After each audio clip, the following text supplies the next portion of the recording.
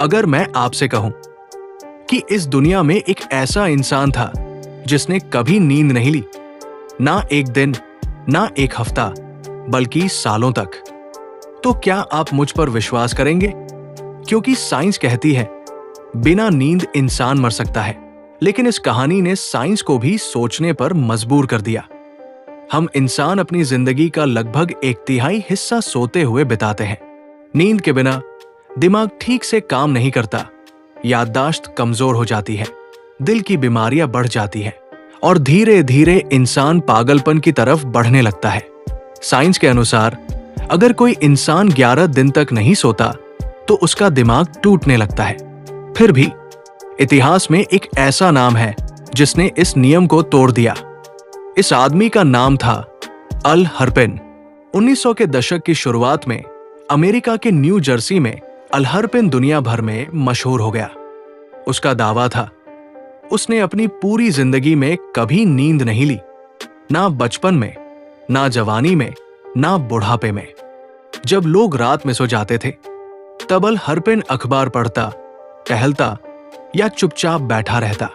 जब ये बात डॉक्टरों तक पहुंची तो किसी को विश्वास नहीं हुआ। अल हरपेन की मेडिकल जांच हुई, कई डॉक्टर्स ने उसे ऑब्जर्वेशन में रखा। हैरानी की बात यह थी उसकी याददाश्त ठीक थी, दिमाग सामान्य था, कोई पागलपन नहीं, कोई मानसिक बीमारी नहीं। लेकिन डॉक्टरों को एक चीज समझ नहीं आई, अगर वो सोता नहीं था तो जिंदा कैसे था? यहां से कहानी और ज्यादा रहस्यमयी हो जाती है। कुछ वैज्ञानिकों का मानना है अल हरपेन माइक्रो स्लीप लेता था। माइक्रो स्लीप यानी दिमाग कुछ सेकंड के लिए अपने आप बंद हो जाता है बिना इंसान को पता चले। शायद वो बैठा रहता, आंखें खुली होती, लेकिन दिमाग कुछ सेकंड के लिए आराम कर लेता। पर सवाल यह है, क्या सिर्फ कुछ सेकंड की नींद इंसान को जिंदा रख सकती है? साइंस में एक बीमारी है फेटल फैमिलियल इंसोम्निया।